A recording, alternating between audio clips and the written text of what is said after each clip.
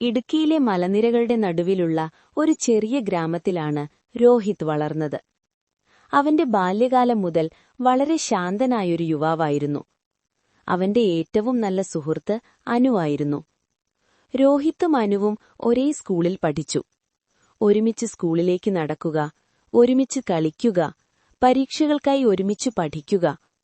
അവർ തമ്മിലുള്ള സൗഹൃദം വളരെ ശക്തമായിരുന്നു.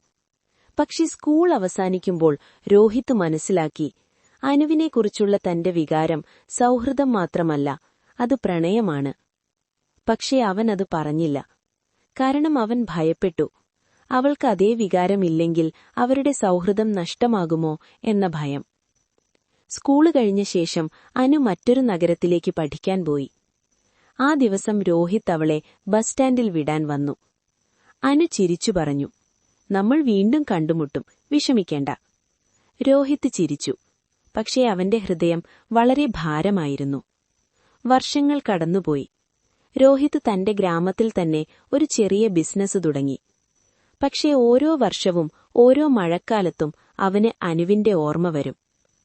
ഒരു ദിവസം ഗ്രാമത്തിൽ ഒരു വലിയ ഉത്സവം നടന്നു. ആൾക്കൂട്ടത്തിനിടയിൽ രോഹിത് ഒരാളെ കണ്ടു.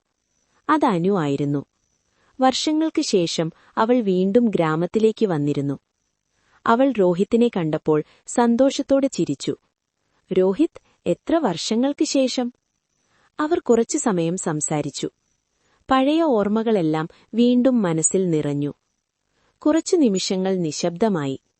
രോഹിത് ഒടുവിൽ ധൈര്യം കണ്ടെത്തി പറഞ്ഞു, "അനു, ഒരു കാര്യം ഞാൻ വർഷങ്ങൾക്ക് മുമ്പ് പറയേണ്ടിയിരുന്നു." അവൾ അവനെ ശ്രദ്ധയോടെ നോക്കി. രോഹിത് പറഞ്ഞു, "സ്കൂൾ കാലം മുതൽ ഞാൻ നിന്നെ സ്നേഹിച്ചിരുന്നു." അനു നിശബ്ദമായി നിന്നു. പിന്നീട് അവളുടെ കണ്ണുകളിൽ കണ്ണുനീർ നിറഞ്ഞു. അവൾ പതുക്കെ പറഞ്ഞു, "രോഹിത്, ഞാൻ ഈ വാക്കുകൾ കേൾക്കാൻ വർഷങ്ങളായി കാത്തിരിക്കുകയാണ്." രോഹിത് അതിശയിച്ചു.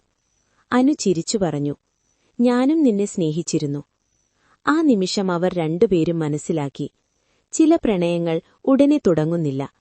പക്ഷേ വർഷങ്ങൾ കാത്തിരുന്ന ശേഷം അത് ജീവിതത്തിലെ ഏറ്റവും മനോഹരമായ സന്തോഷമായി മാറും.